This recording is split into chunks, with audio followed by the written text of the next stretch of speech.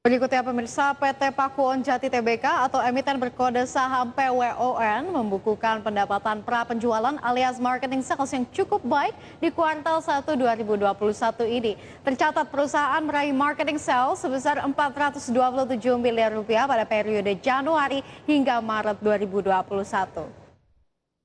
Direktur dan Sekretaris Perusahaan PWON, Minarto Basuki, menjelaskan capaian marketing sales di kuartal pertama tersebut naik 17% bila dibandingkan periode yang sama pada tahun 2020 lalu, di mana nilai marketing sales 2021 ini setara dengan 30,5% dari target perusahaan di tahun 2021 yang sebesar 1,4 triliun rupiah.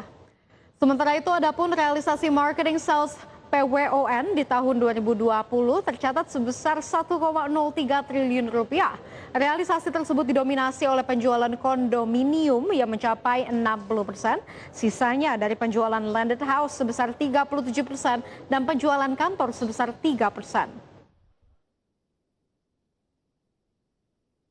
Perbaikan ekonomi semakin nyata bila mengacu pada pertumbuhan kredit perbankan. PT Bank Rakyat Indonesia Tbk atau emiten berkode saham BBRI mencatatkan pada bulan Februari 2021 membukukan pertumbuhan kredit produktif sebesar 3,8% secara tahunan. Dalam periode Februari 2021, PT Bank Rakyat Indonesia Tbk atau emiten BBRI membukukan pertumbuhan kredit produktifnya sebesar 3,8% pada bulan Februari 2021.